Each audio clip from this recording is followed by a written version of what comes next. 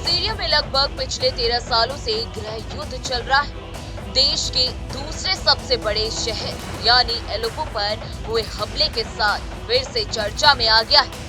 कुछ ही दिनों में तेजी से आगे बढ़ने के बाद विद्रोहों ने एलेप्पो के करीब पूरे इलाके पर कब्जा कर लिया।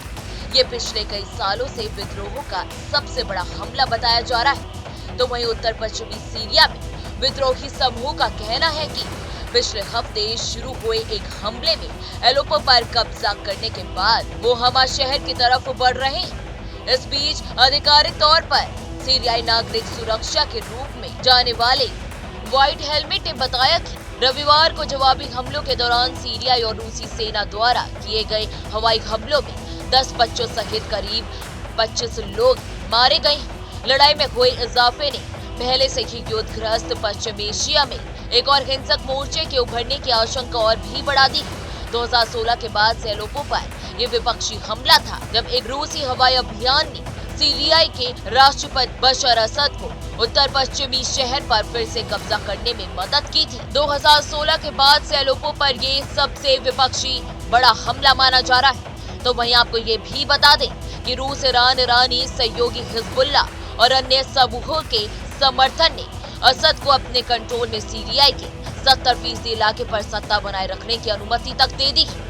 हयात तहरीर अल शाम के नेतृत्व में विपक्षी लड़ाकुओं का कहना है कि ये हमले सीरियाई सरकार द्वारा हाल ही में अरिहा और सरमदा सहित इदलिब शहरों पर किए गए हमलों का बदला है, जिसमें बच्चों की मौत सहित कई नागरिक हताहत हो गए थे।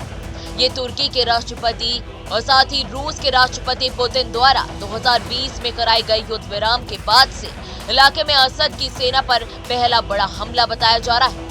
13 साल से असद विपक्षी ताकतों के साथ युद्ध कर रहा है। ये एक ऐसा संघर्ष है जिसमें अब तक करीब 5 लाख नागरिकों को जान गंवानी पड़ी है।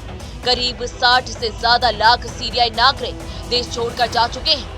सीरिया का करीब 30% हिस्सा असद के कंट्रोल से बाहर है, जो तमाम विपक्षी समूह और विदेशी सैनिकों के बीच विभाजित है। तो वहीं एलेप्पो से दूर उत्तर पूर्व में इस्लामिक स्टेट के फिर से उभरने को रोकने के लिए अमेरिका ने करीब 900 सैनिकों को तैनात कर दिया है। अमेरिका और इसराइल दोनों ही सीरिया में सरकारी बलों और ईरान सहयोगी मिलिशिया के खिलाफ कभी कभी हमले करते हैं। तो वहीं सीरिया में तुर्की के भी सैनिक हैं और वो एलेप्पो पर आगे बढ़ रहे हैं और विपक्षी बलों के बड़े गठबंधन पर प्रभाव रखता है। बहरहाल इस वीडियो में इतना ही। देश दुनिया की तमाम बड़ी खबरों के लिए आप हमारे साथ बने रहें और देखते रहें न्यूज नेशन। न्यूज नेशन अब व्हाट्सएप पर खबरों की ताजा अपडेट के लिए न्यूज नेशन के इस QR कोड को स्कैन करें।